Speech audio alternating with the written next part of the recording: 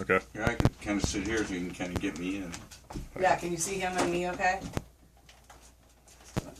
You're good. You're You're rolling. good? Okay. Let me put this on silent. I had it on so that if you text. Okay. Live on Mix 1077, it's Gina, and I've got a special guest in the studio. It's Tommy Heath, of course, the star of Tommy Tutone. And I learned something new. This is really cool. Tutone was adapted from your band in college, and you were called Tommy Two Tones. And you No, we were Tommy and the Teen Tones. Actually. And the Teen Tones? Yeah. Okay. It was a 50s band that we Really? did for an art show, and I had these jackets made with like bowling winners on the back, and years later, when I lived in Hawaii, it morphed into Two-Tone. So that was my nickname. Is it not actually Tommy Two-Tone? It's just Two-Tone. Okay. But later on, I was got signed to CBS, and they wanted to name the band after me. So it's a perennial question. Yeah. Is it the band or is it me? And the answer is yes and yes. Right. So you'll answer to either. Yes. At this point. Okay, got it. And you were on tour with like a VH1 summer show. What was that about? Oh, was that a while back, or was it recent? Yeah, no. VH1 used to have this fascination with me because I'm a computer programmer. Right. And we thought it was great to present to kids that you didn't have to be dumb. You can actually think and play music. And you did that. Yes, I still do that. I retired and I'm back in the software business. Wow. So are you writing like software and code and stuff? Yeah. Oh, you are a little really smarty boring pants. business stuff. There's nothing music about it, but there's a side of me. My other reason I'm two-toned is because I'm schizo. So I have a side of me called the Professor, and So you have I let two him out personalities. all day and put on my nerd glasses, and then I'm Tommy Two-Tone when I go on the road. So I don't do the Tommy Two-Tone thing at home. I never play it at home. Really? I just want to be like Bob at home and go out here. And that's kind of the way my career was, because I lived in San Francisco when we hit, and I couldn't get the time of day there. I was playing for 6 or 7 people, and I got signed. Really? Went down to Texas and everywhere, and I was a big star. And then come back home, and you gotta get your car kick-started in the parking lot, and nobody knows you. Right. And I got used to it, and it's kind of nice, because I would hate to do this all the time. I love playing and everything. Now I can accept being a personality, but in the old days, you would have never thought I was a singer until you saw me singing. Really? Yeah. So you kind of kept that anonymity Yeah. and probably enjoyed it. I think that's great. I have friends that can't go anywhere that are really famous. Yeah. I like, my idea would be like, what's the name from REM? He's got billions of dollars, and he could walk down the street. Yeah, I don't know if I could place him for sure. Yeah, So, but I know who REM is. It's a dual-edged sword, and I think I'm riding the wave pretty well. Now, I understand that you're maybe a connoisseur of small towns. You enjoy kind of rolling Small in cities, small cities, not small towns. Yeah. What do you think of the Oregon district? We played your street fair here. It must have been about 10 years ago, and we were out. I was out there at 2 in the morning with jams, right? Oh, really? Oh, cool. Yeah.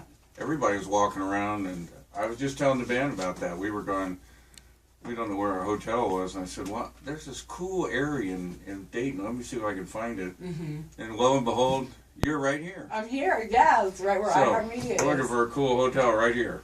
Yeah, and the cobblestone, roads are it's all historical. It's kind of cool, as far as small cities go. Yeah, I'm a big fan of all kinds. The thing about small cities is you just go there, and then when you leave, you're out in the country. Like, that's why I live in Portland. In Nashville, I live there. I think Seattle's really cool, but it just goes on and on and on. And every time you hook things together. Yeah, well, you're playing in Piqua tonight, and you're going to see plenty of farm fields on your way between here and there. So tell me about your show tonight. Well, I am. It's not an '80s tribute night. In the '80s, I sang the songs I wrote in the '80s. Right.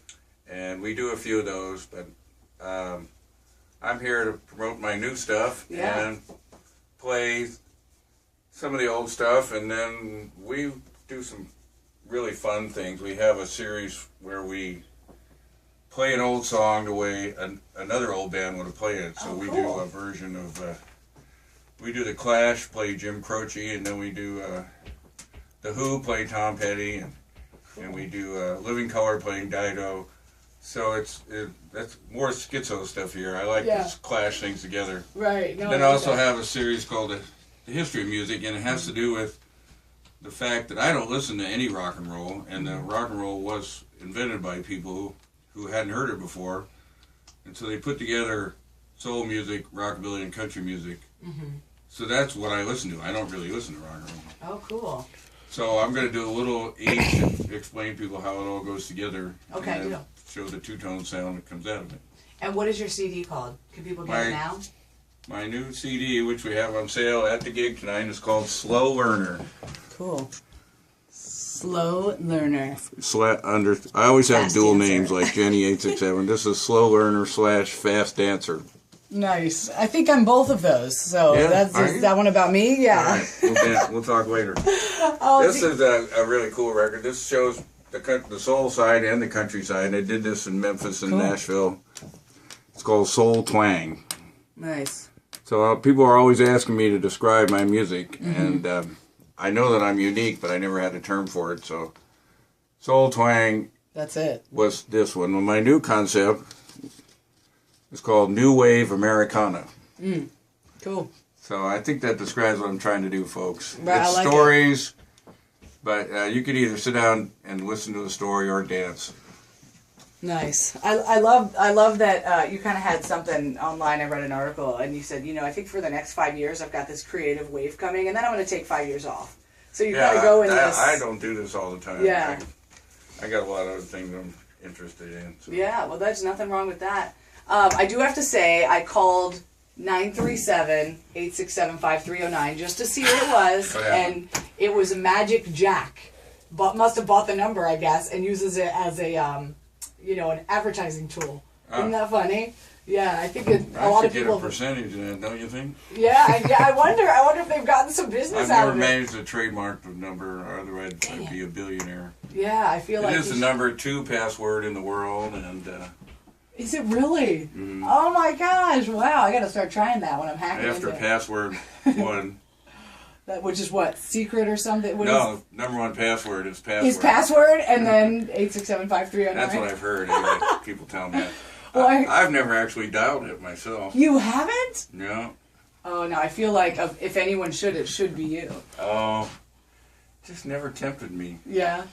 Well, it's tempted a lot of people. In fact, there's a website. Yeah. I don't know if it's still there, but the guy used to check every 3 months, and I just did a show where we're doing a show tomorrow in Louisville, and this girl named Jenny in Evansville, Indiana, is coming to the show as a guest. Oh, nice! That's awesome. Well, I did read something about a woman who lived in Chicago and got 22,000 calls in 4 days, and guess what her number was? You don't want to do it in Chicago. They had that number at the Eagle in the 80s. Really? The wires literally melted.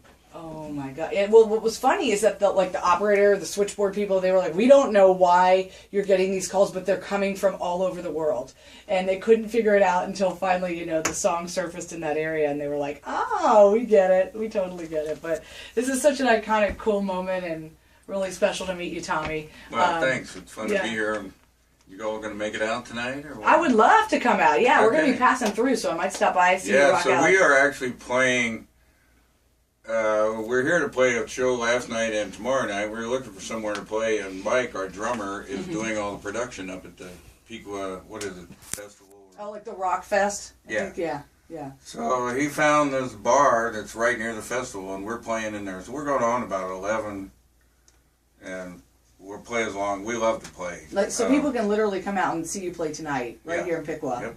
That is so fantastic. And you got to give a shout out to Jeff. Okay. My program director, he is in an 80s cover band. Oh. And your song is one of his big hits, and he gets all the Jennies that are at the show to do he owes me a beer every time he plays it. So tell him to get a hold of me. Okay, I will. Thank you so much, Tommy, Thank you. and best of luck tonight. All right. All right, thank you. Do you think we could get you to do some liners? Sure.